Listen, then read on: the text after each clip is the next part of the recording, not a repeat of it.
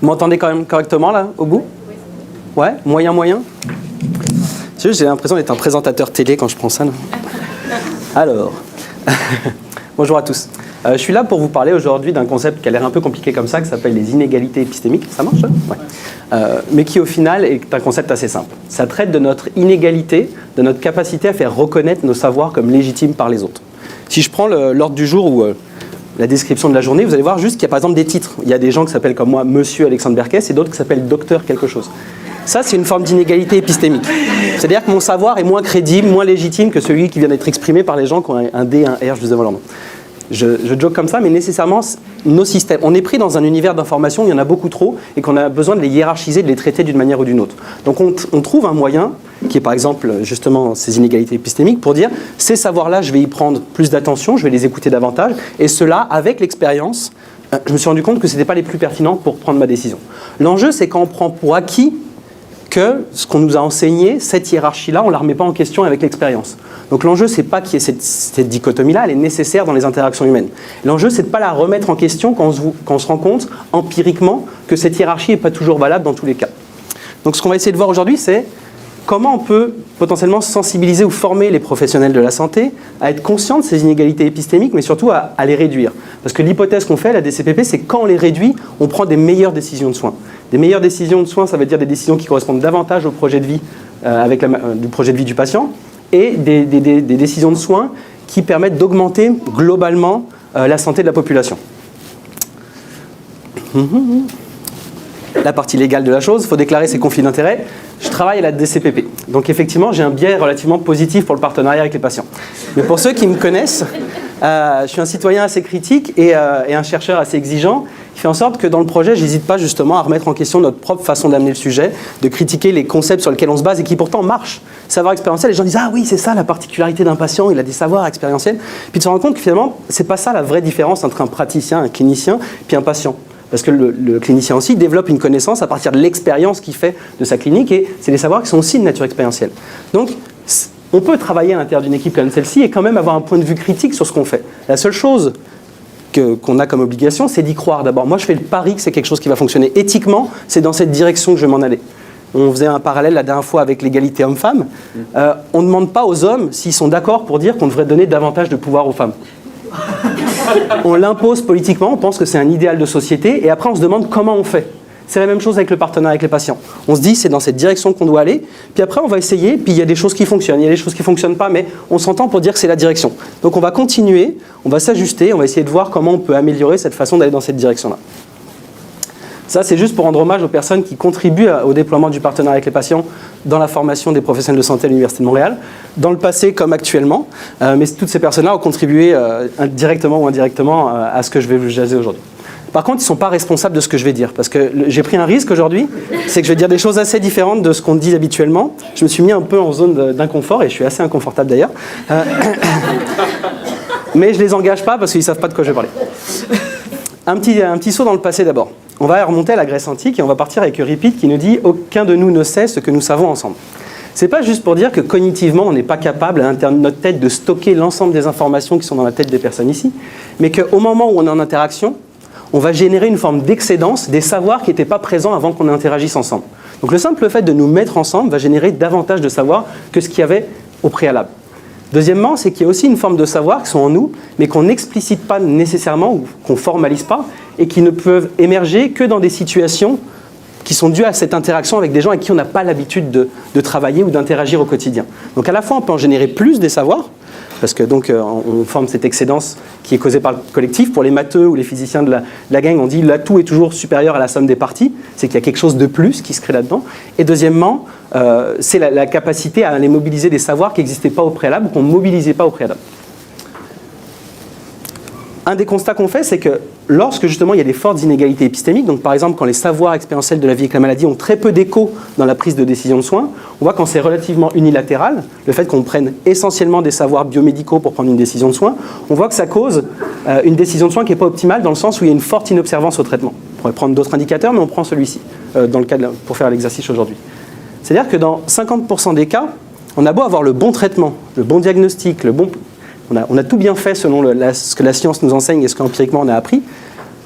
un patient sur deux ne va pas prendre ou prendre pas correctement, pas adéquatement son plan de traitement. Ce qui fait que d'ici 6 mois, 1 an, il va revenir en première ligne avec un enjeu de santé qui va s'être soit maintenu, ça ne va pas s'être réglé, ou qui va s'être empiré. Donc collectivement, on n'y gagne pas. Je peux voir ça, et si on prend le cas des maladies chroniques, ça monte jusqu'à 80%. Les maladies chroniques. Les maladies cardiovasculaires, ça va jusqu'à 80%.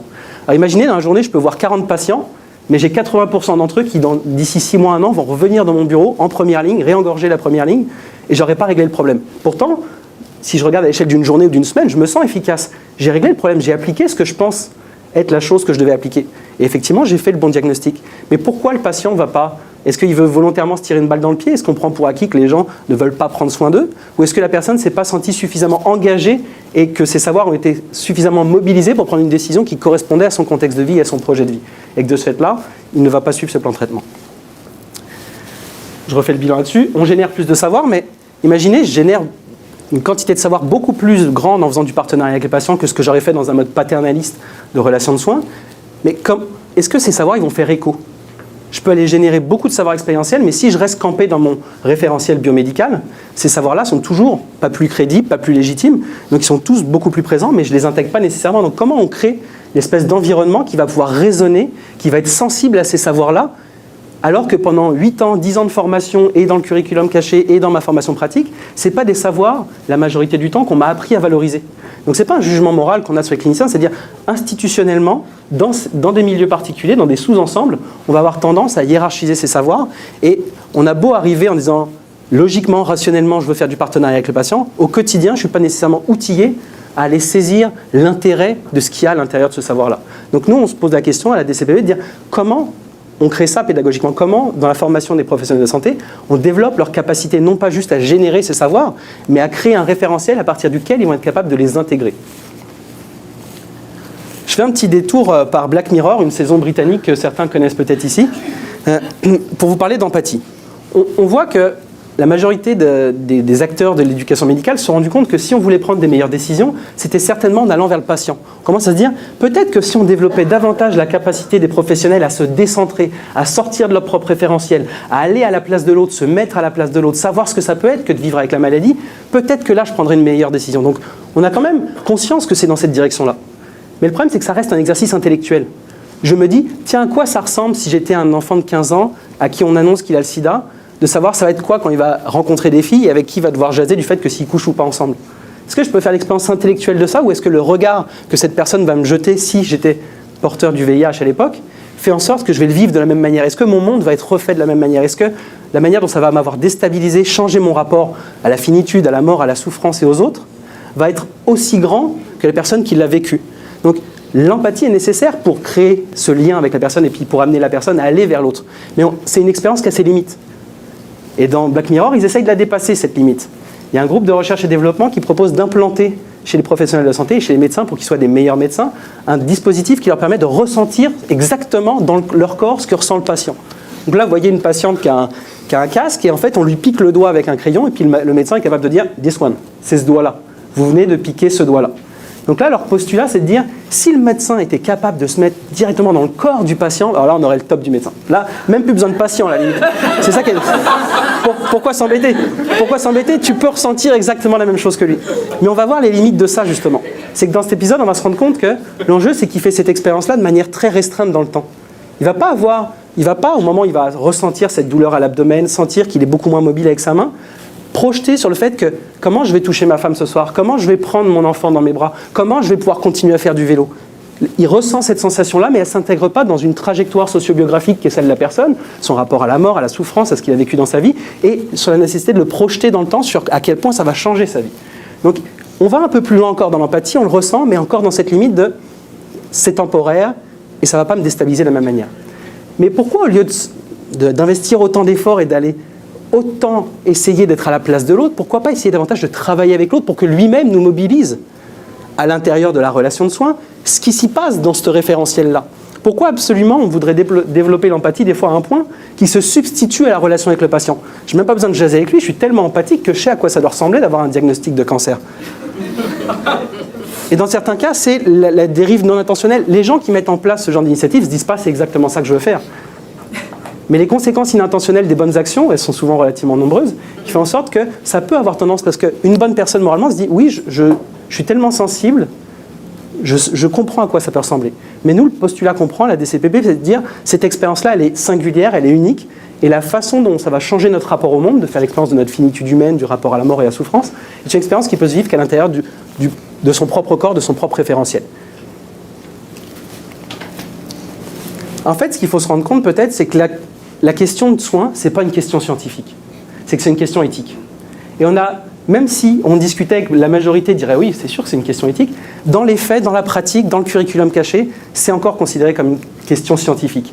Alors peut-être qu'on devrait ramener la science à son objectif, qui est d'être universel, c'est-à-dire de s'affranchir de l'université. De l'université, pardon. De s'affranchir, mais je le pensais aussi ça. La science, dont son objectif, c'est peut-être de s'affranchir de la singularité. C'est justement de viser l'universel. Mais quand on prend une décision de soin, c'est une décision pleinement singulière. Donc peut-être que ce qu'on doit faire, c'est accepter que le référentiel à partir duquel on prend une décision de soin, ce n'est pas le référentiel biomédical, mais c'est le référentiel du corps du patient, le référentiel du projet de vie du patient. Et qu'on mobilise la science universelle à l'intérieur de cet environnement singulier qui est celui de la vie avec la maladie. Et que c'est peut-être ce shift qu'on doit réaliser. Et c'est ce qu'on essaye de faire justement à la DCPP, dans la formation qu'on est en train de...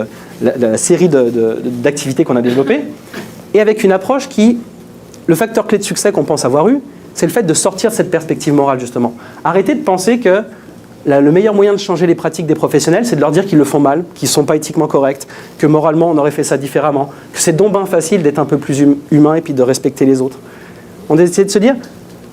partir d'un postulat qu'on appelle socio-constructiviste, qui dit que les gens sont davantage le résultat des conditionnements de l'environnement dans lequel ils sont. C'est ça qui a la plus grande force. Parce qu'autour d'eux, il y a 1000 personnes qui agissent d'une certaine manière, et eux, ils sont tout seuls. Puis ils vont essayer de jouer différemment, mais pour survivre dans cet environnement, il va falloir qu'ils adoptent un minimum les codes de cet environnement-là.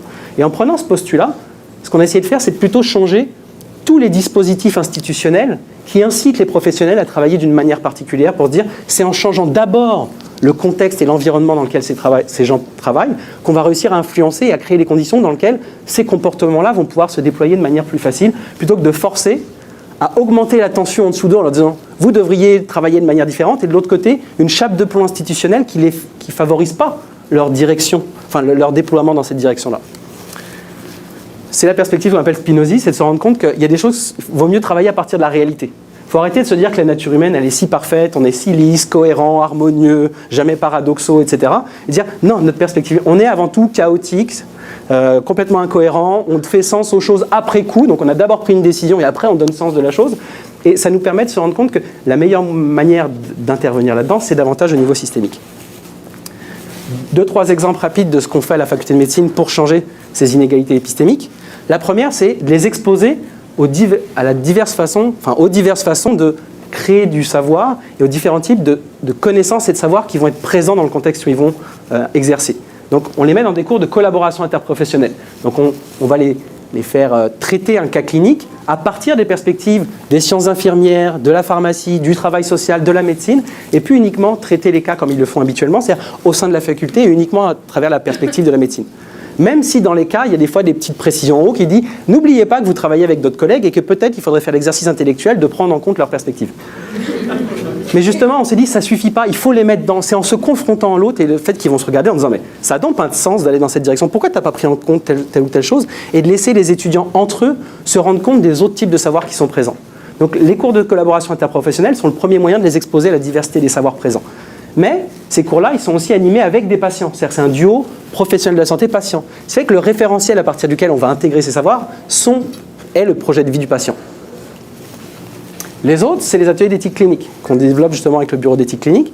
Comment développer la capacité des professionnels de la santé à identifier les dynamiques de pouvoir identitaire, de force professionnelle, des ordres professionnels, de la gestion de l'hôpital dans leur contexte clinique. J'ai vécu tel enjeu éthique dans ma formation de médecin face à un patient. Comment je fais pour sortir d'un jugement moral de cette situation et j'essaye de comprendre pourquoi tel professionnel agit de telle manière, pourquoi l'autre agit de telle manière et comment je peux diversifier mon horizon des possibilités d'action dans cette situation.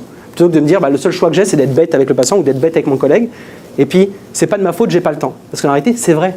La perception de la personne dans ce moment-là, c'était qu'elle n'avait pas le temps. Donc l'enjeu, c'est pas de la juger moralement et de dire « t'aurais dû te rendre compte que t'en avais en fait Non, c'est-à-dire comment ça se fait qu'elle a perçu qu'elle n'avait pas assez de temps. Et c'est là-dessus qu'on travaille. Et le dernier, là, c'est pour dire, Vincent, on est en deuxième année aussi, parce qu'on est en IDC maintenant. On a développé justement récemment les activités en IDC, donc on est partout maintenant, all over the place. Première année jusqu'au bout. Juste pour terminer, c'est ma conclusion.